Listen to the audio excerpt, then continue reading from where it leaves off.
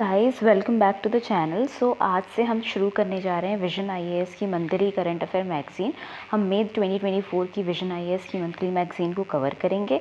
अब हम इसमें जो सबसे पहले जो टॉपिक स्टार्ट करने वाले हैं, एज़ यूजुअल पॉलिटी का टॉपिक स्टार्ट करने वाले हैं। पॉलिटी में जो सबसे पहले कवर करेंगे वो मास मीडिया का होगा। मास मीडिया के बाद हम इंटरनेट शटडाउन्स के ऊपर बात करेंगे कि सिर्फ इंडिया ही नहीं, वर्ल्ड में भी इंटरनेट शटडाउन कितने हुए हैं। उसके बाद हम बात करेंगे ओबीसी की।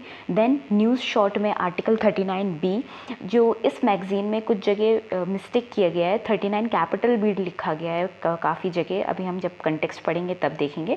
तो 39 स्मॉल बी आर्टिकल को देखेंगे, जिसमें प्राइवेट प्रॉपर्टी का कॉन्सेप्ट है इन रिलेशन टू स्टेट, क्या स्टेट उसे एक्वायर कर सकता है।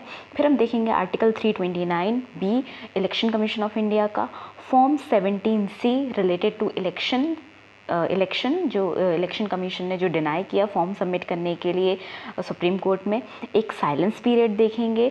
Then World Freedom Press Index देखेंगे, यूजीसी के रेगुलेशंस देखेंगे 2018 के, and then we will see the diplomatic passport. Okay, तो ये सारी चीज़ें जो हैं हम देखने जा रहे हैं।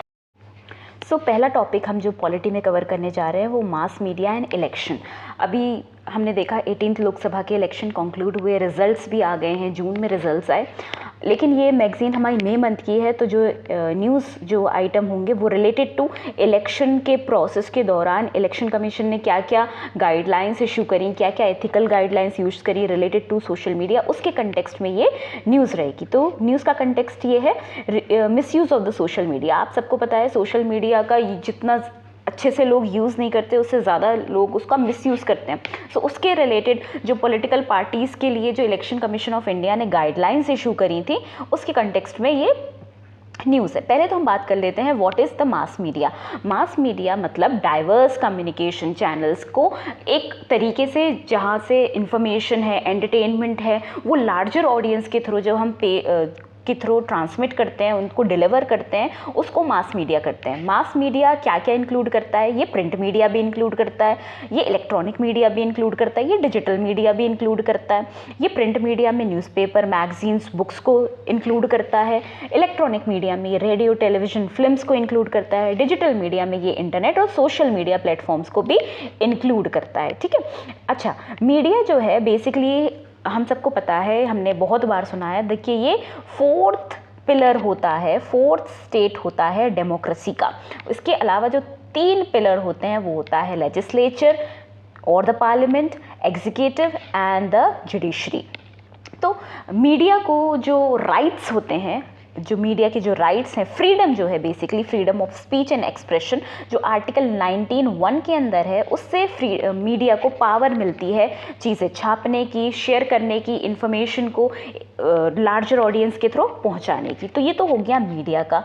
अच्छा, अब इलेक्शन कमीशन ऑफ इंडिया ने क्या हाइलाइट्स, क्या गाइडलाइंस जो हैं दी थी ताकि एथिकल यूज़ हो सके सोशल मीडिया प्लेटफॉर्म्स का, उसको ज़रा हम पढ़ लेते हैं। पहले उनने बताया इलेक्शन कमीशन ने कि पॉलिटिकल पार्टीज़ जो हैं do not publish the false and the misleading derogatory information specially related to womens. Okay, दूसरा उन्होंने बताया कि not use social media platforms to carry out content which use children as a political campaigner. मतलब बच्चों का इस्तेमाल हम जो पॉलिटिकल पार्टीज़ हैं वो नहीं करें अपने इलेक्शन मैनिफेस्टो को प्रोपगेट करने के लिए, या फिर कोई भी इंफॉर्मेशन ट्रांसमिट करने के लिए बच्चों का इस्तेमाल नहीं करें in political campaign. Plus publish नहीं करें false, misleading and derogatory information को, कंटेंट को, स्पेशली रिलेटेड टू वुमेन।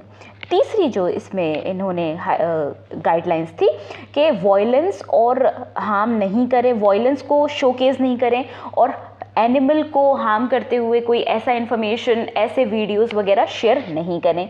दूसरा, एक और चीज़ इन्होंने लिखी, do not impersonate another person. मतलब दूसरे पर्सन को, कोई अगर जैसे for example A political party है, उनके कोई कैंडिडेट हैं, उनका कोई एक वे ऑफ स्टाइल है, कोई तरीका है कहने का, प्रेजेंट करने का, तो उनको कॉपी नहीं करें, उनके ऊपर डेरोगेटरी रिमार्क्स नहीं करें, उनके स्टाइल को मीन नहीं करे। ये सारी गाइडलाइंस जो है इलेक्शन कमीशन ऑफ इंडिया ने इशू करें। ओके, इन्होंने और एक और चीज़ भी बोली कि जो भी पॉलिटिकल पार्टीज़ ने ऐसा कंटेंट जो शेयर किया है सोशल मीडिया प्लेटफॉर्म्स पे जो वॉयलेट करता है इन गाइडलाइंस को, उसको रिमूव करें with in 3 hours of the notification, और जो भी लोग इसके लिए रिस्पॉन्सिबल हैं वो इसको तुरंत के तुरंत 3 घंटे के अंदर हटाएं।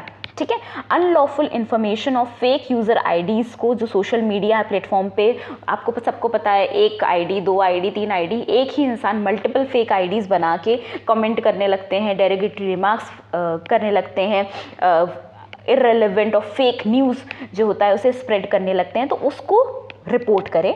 और जो ये इश्यूज़ होंगे इसके अगर कोई बहुत ज़्यादा एस्केलेट हो जाता है कोई इशू, तो उसके लिए ग्रीवियंस एपेलेट कमेटी जो है, आईटी रूल्स जो हैं 2021 के, उसके रूल नंबर 3A में जो है आईटी एक्ट के, उसके अंदर अपनी शिकायत दर्ज कराएं। ठीक है, ये तो रहा हाइलाइट्स गाइडलाइंस। तो गाइडलाइंस क्या थी कि वुमेंस के रिलेटेड फॉल्स और डेरोगेटरी रिमार्क नहीं होने चाहिए, बच्चों को शोकेस नहीं किया जाए, कैंपेन के दौरान कोई हार्म ना हो एनिमल को, कोई वायलेंस वाली वीडियोस नहीं डालें, किसी पर्सन को इम्पर्सनेट नहीं करें, किसी की एक्टिंग नहीं करें, साथ साथ कोई अगर वायलेटिंग कंटेंट शेयर कर दिया गया है उसे 3 घंटे के अंदर रिमूव करें।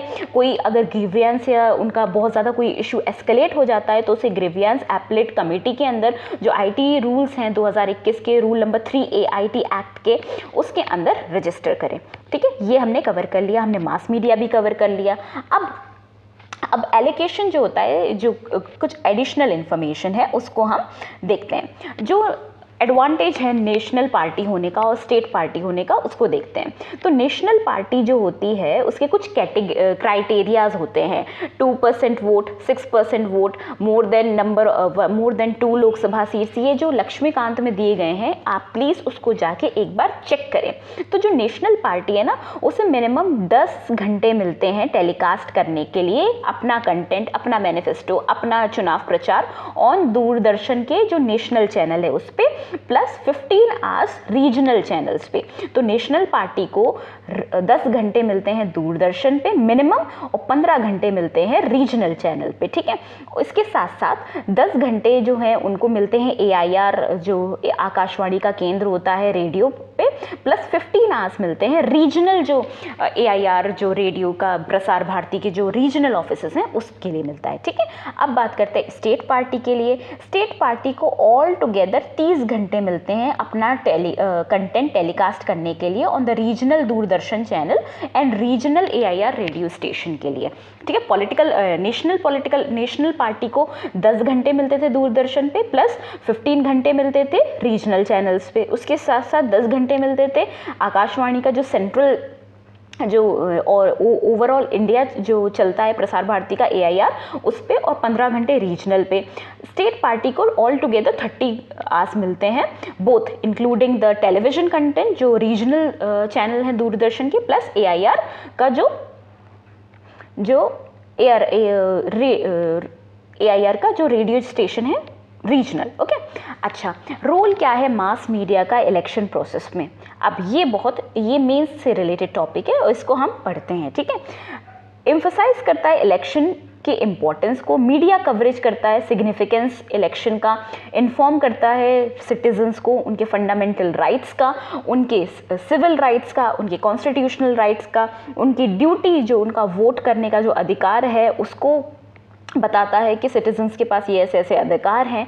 साथ साथ एक इलेक्टोरल प्रोसेस में फेथ जनरेट करवाता है, that is the mass media. Mass media, it can be a television, it can be a social media, it can be a print media, it can be a television media, okay, electronic media. ठीक है, dissemination of campaign information. अच्छा, क्या करता है dissemination of campaign information को? जैसे for example कोई जैसे बड़ी बड़ी पॉलिटिकल पार्टी है, इनके तो बहुत बड़े बड़े सोशल मीडिया हैंडल्स होते हैं, लेकिन जो निर्दलीय उम्मीदवार है या फिर कोई छोटी पार्टी है, वो भी अपना सोशल मीडिया पे या फिर किसी भी तरीके से अपना मैनिफेस्टो, अपनी कैंपेनिंग को उनके लिए भी एक स्पेस मिल जाता है, वो भी अपना मैनिफेस्टो, प्रोपेगेंडा, कैंपेन कर सकते हैं। अफोर्डेबल एडवर्टाइजिंग स्पेस मिल जाता है ताकि वो लार्जर ऑडियंस के पास पहुंच सकें। ठीक है। इसके साथ साथ रिकॉग्नाइज पॉलिटिकल पार्टीज जो हैं वो 1998 में लोकसभा इलेक्शन के टाइम से they can freely use state owned television and radio during polls. तो ये जो प्रावधान है जो अभी हमने ऊपर पढ़ा ना 10 घंटे 15 घंटे वाला, ये 1998 से आया। ठीक है। अब इन्फ्लुएंस करता है वोटर के वोट्स को, वोटर के बिहेवियर को।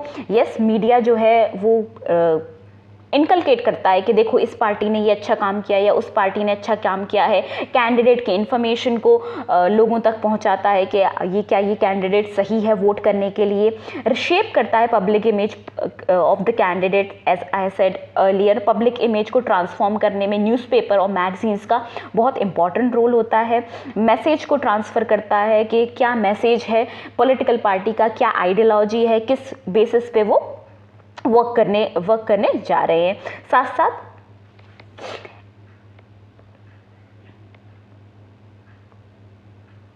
फैसिलिटेट करता है पॉलिसी डिस्कशंस को। जो हमारी जो सरकार है या कोई भी पॉलिटिकल पार्टी है जो इलेक्शन के लिए कंटेस्ट कर रही है, उसके क्या क्या पॉलिसी हैं आने वाले फ्यूचर, अगर वो जीत जाते हैं तो वो क्या क्या रिवैम्प करेंगे पॉलिसीज़ में, किस तरीके का एटीट्यूड होगा towards the public, general public, उसको भी ये बताता है। ठीक है। अब चैलेंजेस क्या क्या हैं मास मीडिया के रिलेटेड टू इलेक्शन।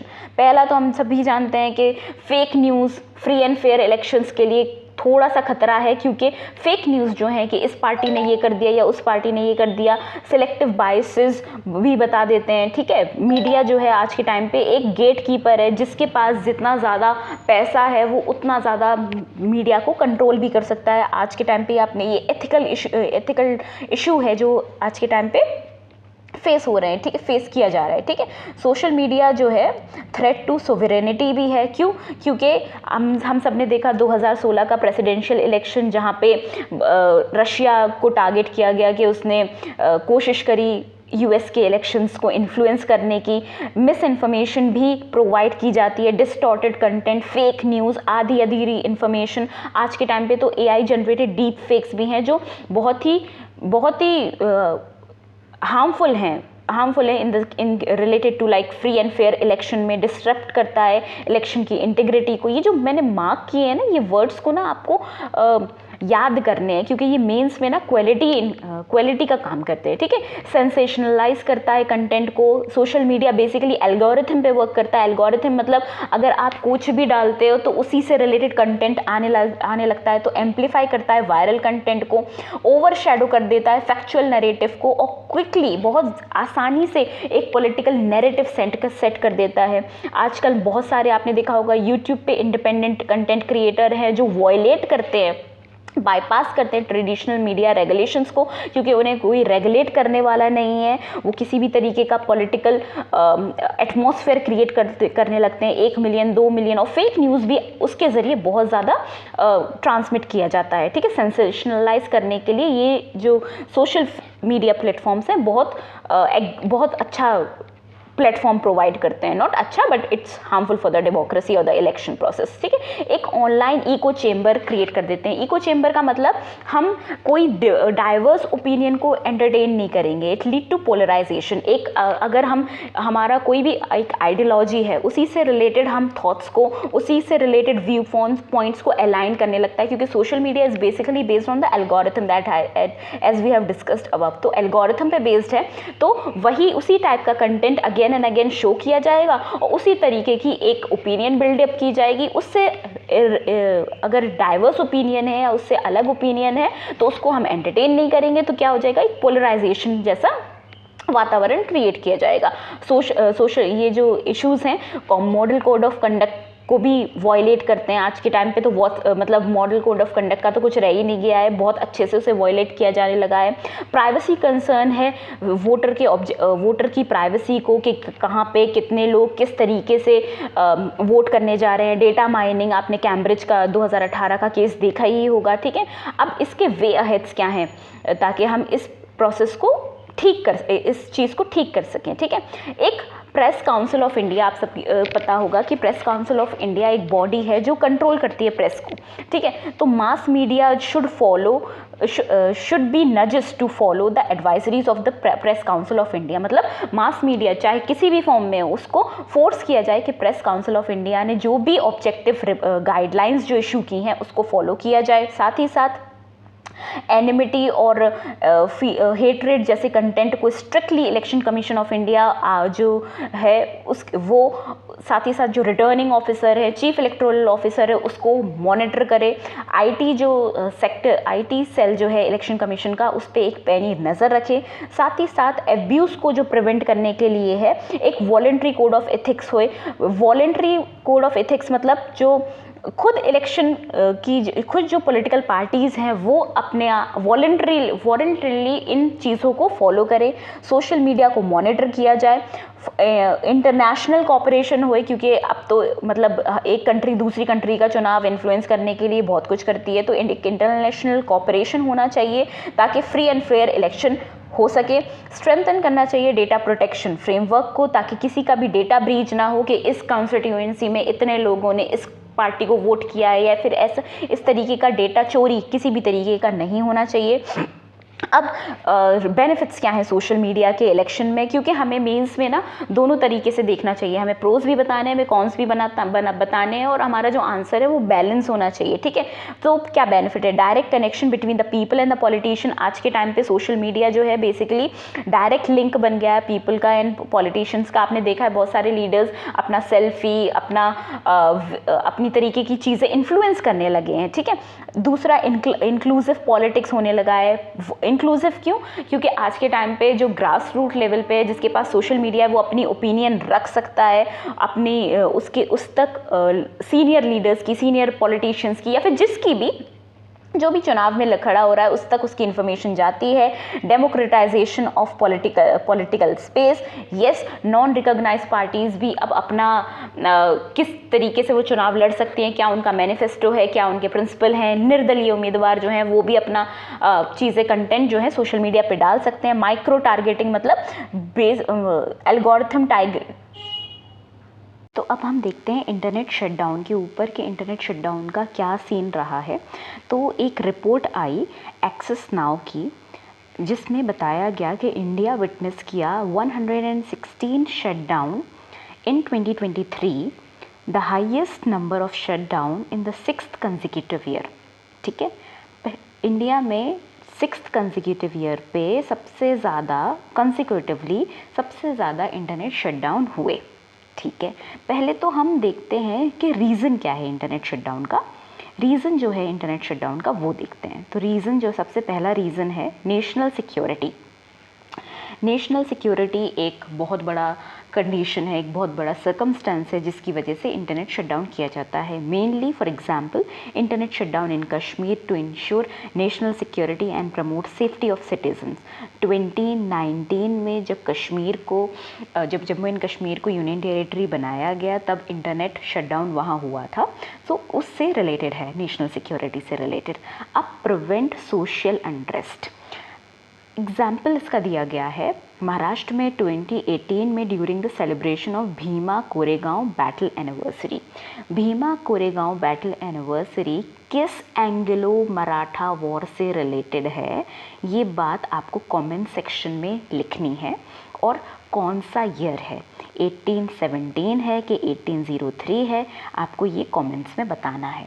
ठीक है, उसके बाद जो नेक्स्ट है वो है प्रिवेंट करना चीटिंग से। भाई ये ना एक क्लासिक एग्जाम्पल है और ये बहुत कॉमन एग्जाम्पल है, बहुत ज़्यादा न्यूज़ में हाईलाइट रहता है राजस्थान का, कि राजस्थान में जो it's not about specific state but बहुत सारे एग्ज़ाम्स जो होते हैं उससे पहले वहाँ पे पूरा ब्लैकआउट कर दिया जाता है, क्योंकि वहाँ पे चीटिंग का कुछ केसेस हो चुके हैं 2021 में। ठीक है, अब नेक्स्ट जो है वो है social security and public order. For example Manipur में जब एथनिक वायलेंस हुई 2023 में, तब वहाँ पे इंटरनेट शटडाउन हुआ।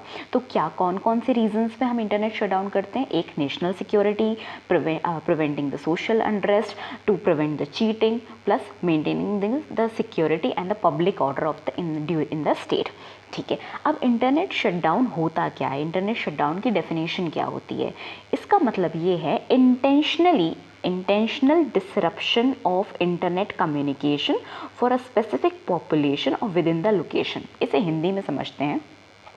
इंटरनेट शटडाउन बेसिकली देखो, शटडाउन दो तरीके का होता है, एक अनइंटेंशनल होता है और एक इंटेंशनल होता है। अनइंटेंशनल मतलब खूब तेज़ आंधी तूफान आया, कोई गाड़ी वाला निकला, आपके मतलब जो इंटरनेट के केबल्स हैं वो टूट गए, वो अनइंटेंशनल है।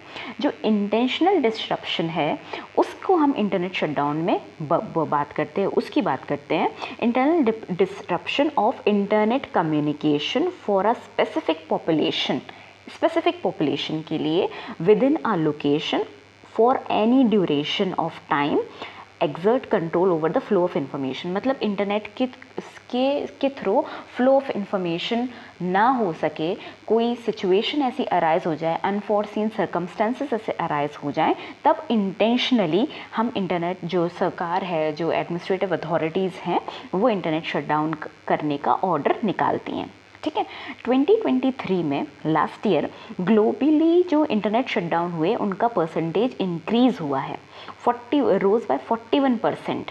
283 से, ये डेटा इतना इंपॉर्टेंट नहीं है, बस इतना याद रखिए कि 2023 में 41% इंक्रीज़ हुआ है इंटरनेट शटडाउन का। दैट मीन्स कि हर जगह कुछ ना कुछ इश्यूज़ हुए हैं, whether it's related to the national security या अनरेस्ट या सोसाइटी, कुछ भी हो सकता है, उससे रिलेटेड इंटरनेट शटडाउन हुए।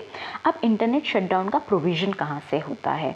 ठीक है, तो प्रोविज़न जो इंटरनेट शटडाउन का है वो इंडियन टेलीग्राफ एक्ट 1985 है जो है, उसके अकॉर्डिंग जो पब्लिक इमरजेंसी और पब्लिक सेफ्टी रूल्स हैं 2017 के, उसके थ्रू इंटरनेट शटडाउन होता है। तो पहले क्या है, इंटरनेट शटडाउन का जो पावर है वो कहाँ से नोटिफाई होता है, वो इंडियन टेलीग्राफ एक्ट से आता है, जिसके अंडर रूल्स हैं किस चीज़ के, पब्लिक इमरजेंसी और पब्लिक सेफ्टी के, जो 2017 में लागू किए गए थे। ठीक है।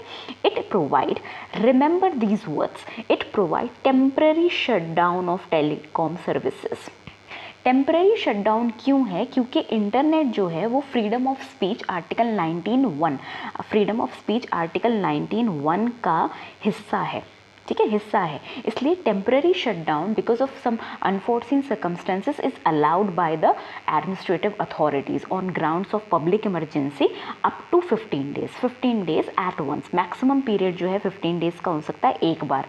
ठीक है, इसका जो इंटरनेट शटडाउन का जो ऑर्डर होता है स्टेट लेवल पे, वो चीफ सेक्रेटरी इशू करता है। ठीक है, इंटरनेट शटडाउन का, और सेंट्रल लेवल पे कैबिनेट सेक्रेटरी करता है। इनकी एक कमेटी भी होती है, ये जो 2017 के जो रूल्स हैं इनके अंडर एक रिव्यू कमेटी भी है जिसको हेड करता है कैबिनेट सेक्रेटरी, और स्टेट में करता है स्टेट का चीफ सेक्रेटरी। ठीक है, अच्छा, ये तो हो गया हमारे इंटरनेट शटडाउन के प्रोविजंस। ठीक है, ये सस्पेंशन जो है टेलीकॉम सर्विसेज का issued by the union and the state home secretaries only.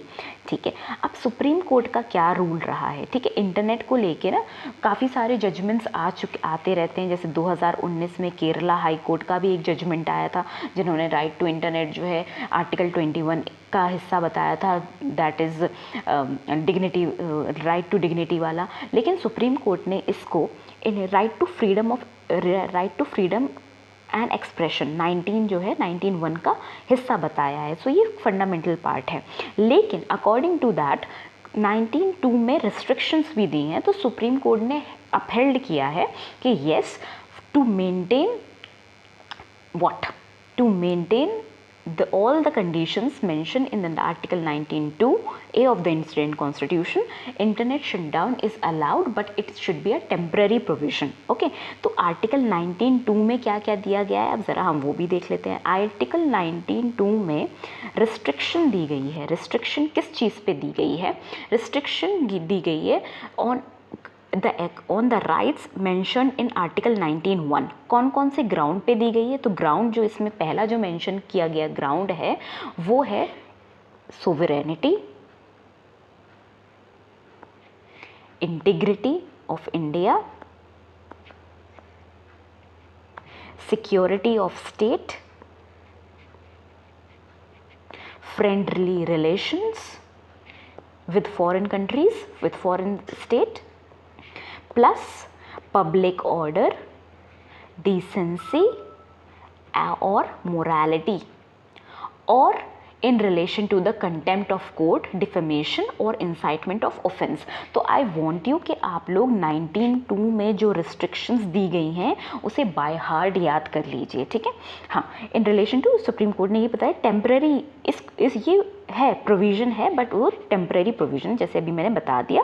And एक पर्टिकुलर लिमिट के बाद internet shutdown is like that you are taking away the fundamental right of the citizens. तो उसके लिए judicial review के अंदर उसकी पावर है उसे चेक करने के लिए सुप्रीम कोर्ट में। अब जुडिशियल रिव्यू क्या होता है, कौन सी डॉक्ट्रिन से आया है, ये चीज़ पॉलिटी की लक्ष्मीकांत में मेंशन है, तो प्लीज़ उसको अच्छे से पढ़िए, ठीक है। अच्छा, अब इम्पैक्ट क्या होता है इंटरनेट शटडाउन्स का, देखो इकोनॉमिक लॉस होता है, बहुत बढ़िया, बहुत बड़ा जो रीज़न है इंटरनेट शटडाउन का, बहुत बड़ा इम्पैक्ट जो है इंटरनेट शटडाउन का, वो है इकोनॉमिक लॉस। आज के टाइम पे मेजॉरिटी ऑफ जो कारोबार है, मेजॉरिटी ऑफ चीज़ें हैं वो थ्रू इंटरनेट हो रही हैं। लाइक आपको मैसेज करना है कि वहाँ से सामान छोड़ दो और ये कर दो, और मोबाइल के थ्रू पेमेंट करनी है, इस काफ़ी सारी चीज़ें हैं। तो अप्रॉक्सीमेटली 118 मिलियन फॉरेन इन्वेस्टमेंट का नुकसान इंडिया ने झेला है 2023 में, सिर्फ 6 महीने के अंदर, ठीक है। ओके, 350 प्लस पीपल जो होते हैं, 379 पीपल जो हैं अनएम्प्लॉयमेंट की तरफ ढकेल दिए जाते हैं बिकॉज ऑफ इंटरनेट शटडाउन, सिर्फ एक सिंगल दिन में, एक सिंगल दिन के अंदर, ठीक है। फंडामेंटल राइट का इंक्रोचमेंट है, तो इसमें क्या होता है, ह्यूमन राइट्स का वायलेशन है, इनइक्वालिटी है, जैसे कहीं पे इंटरनेट दिया गया है, कहीं पे इंटरनेट नहीं है। आज के टाइम पे काफ़ी सारे कोचिंग हुई, स्टडी रिलेटेड चीज़ें हुई, तो एक जगह अवेलेबल हो पा रहा है, एक जगह अवेलेबल नहीं हो पा रहा है, तो इनइक्वालिटी हो गई। डिज़ास्टर मैनेजमेंट में जैसे फॉर एग्जांपल कहीं किसी जगह पे फ्लड आ गया, कोई ड्रॉट कंडीशन हो गई, भूकंप हो गया, अर्थक्वेक हो गया, कुछ भी हुआ, तो उसका इन्फॉर्मेशन में डिस्ट्रेस हो जाता है। फॉर एग्जांपल म्यांमार में जब मोचा साइक्लोन जब आया, तो वेस्टर्न पार्ट ऑफ म्यांमार में ना इंटरनेट कनेक्टिविटी इतनी ढंग की थी ही नहीं, तो उन्हें इन्फॉर्मेशन ही नहीं मिल पाई। एजुकेशन और हेल्थ केयर में आज के टाइम पे ऑनलाइन सर्विसेज हैं एजुकेशन की, हेल्थ केयर की, तो वो डिस्टर्ब हो जाती है। प्रोटेस्ट एंड वायलेंस, एक तरीके से आधी कंट्री जो है कहीं पर अगर प्रोटेस्ट हो रही है, कहीं पे अगर लोग अनरेस्ट हो रहा है, कहीं पे लोग अगर अपने राइट्स के लिए सरकार से बात करना चाहते हैं, कुछ स्ट्राइक कर रहे हैं, तो उनका इन्फॉर्मेशन ही दूसरे वर्ल्ड को नहीं पहुंच पा रहा है, एम्बिग्युइटी हो जा रही है, फ्रस्ट्रेशन बढ़ रहा है, ह्यूमन राइट्स का अब्यूज़ है, because right to internet is a fundamental right and it is a human right as well as been said by various organisations, ठीक है। अच्छा, वे अहेड्स क्या है, वे अहेड ये है कि पहला चीज़ जो है ना, इसमें पब्लिक इमरजेंसी और पब्लिक सेफ्टी जो वर्ड्स हैं, जो रूल्स जो मेंशन, इनको डिफ़ाइन नहीं किया गया है ढंग से।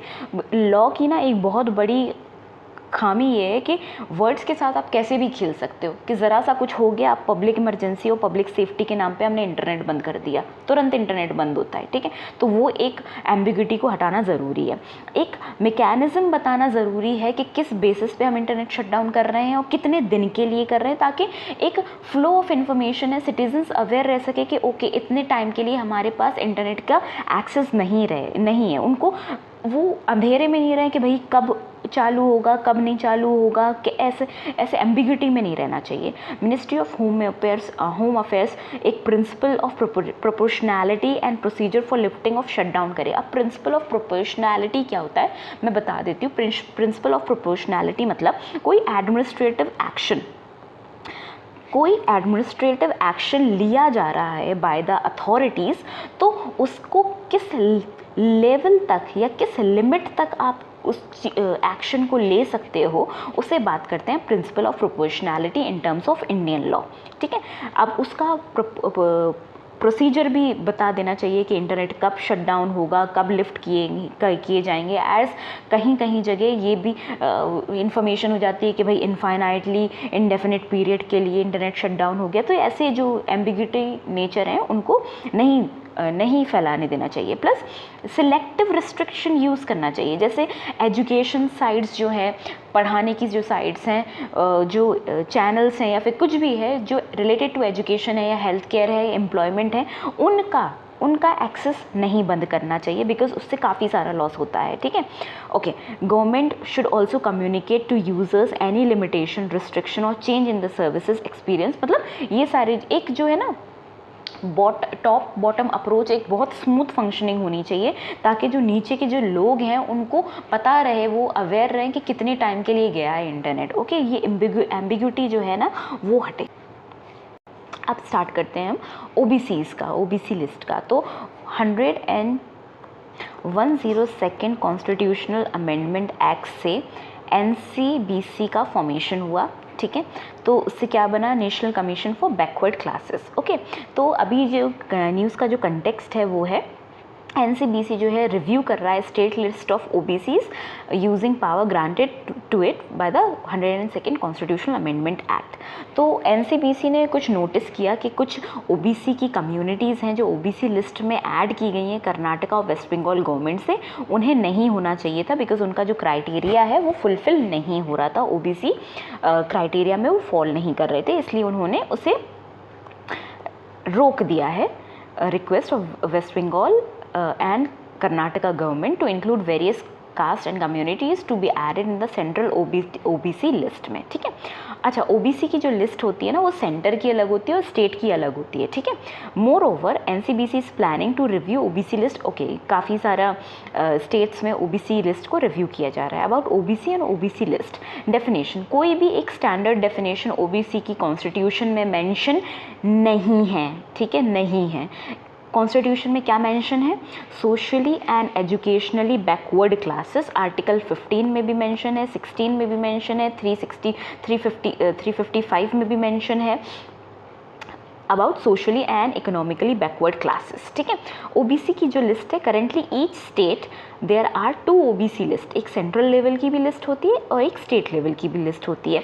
आर्टिकल 342 कैपिटल ए का जो फर्स्ट क्लॉज है ऑथराइज करता है प्रेसिडेंट को कि वो बनाए central list of OBCs in related to particular state and union territories. Similarly article 342 A clause 3 empower करता है स्टेट को टू डू द सेम, ठीक है।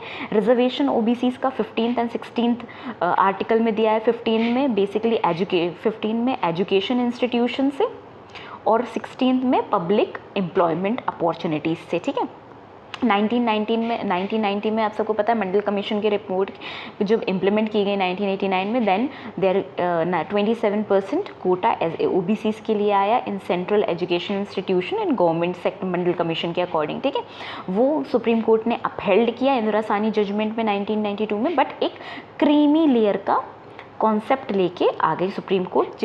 क्रीमी लेयर मतलब एक पर्टिकुलर इनकम होना चाहिए, अगर आप उस इनकम के नीचे हैं then you will get the benefit of the reservation, ठीक है। Sorry, okay.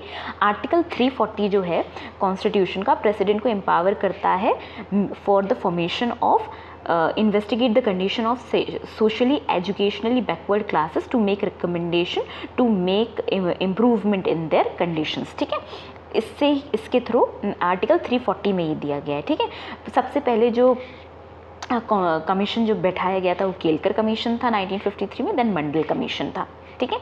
2017 में जस्टिस रोहिणी कमीशन को बैठाया गया to the sub categorisation of OBCs. ये बहुत टाइम से न्यूज़ में रहा है, इनने रिपोर्ट भी लास्ट ईयर सबमिट कर दी, लेकिन वो अभी रिपोर्ट पब्लिक डोमेन में नहीं आई है, it's yet to implement, okay. अब एनसीबीसी के बारे में देखते लेते हैं। एनसीबीसी एक कॉन्स्टिट्यूशनल बॉडी है, 338B से ऐड किया गया article from the amendment 102nd amendment से आर्टिकल 338B ऐड किया गया, ठीक है। Mandate union and the state government to consult NCBC to the all the major policies related और अफेक्टिंग द ओबीसी कंडीशन, ठीक है। इनके चेयरमैन क्या होता है, एक चेयरमैन होगा इसका, एक वाइस चेयरमैन होगा और 3 मेंबर्स होंगे, अपॉइंट किए जाएंगे बाय द प्रेसिडेंट। वो प्रिविलेज वगैरह हर एक चीज़ जो डिटरमाइन करेगा कौन, president, not parliament, remember this, okay.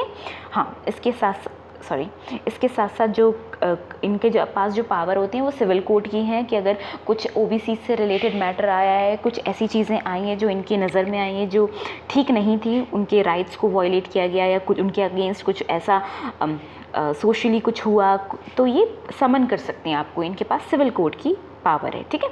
Duties क्या है, इनकी ड्यूटीज़ हैं इन्वेस्टिगेट करना, मॉनिटर करना, safeguard related to the backward classes के मॉनिटर करना उनके इंटरेस्ट को, ठीक है। स्पेसिफिक कंप्लेंट्स अगर आ रही हैं ओबीसीज की तरफ से regarding the deprivation of their rights, तो उसको चेक करना, एडवाइस करना सोशियो इकोनॉमिक डेवलपमेंट को ओबीसीज के, उनके प्रोग्रेस को मॉनिटर करना, रिपोर्ट्स बनाना, आर्टिकल 340 के अंदर प्रेसिडेंट को रिपोर्ट सबमिट करना, एनुअली प्रेजेंट करना रिपोर्ट्स को। सो ये सारा जो एनसीबीसी का काम है, ठीक है।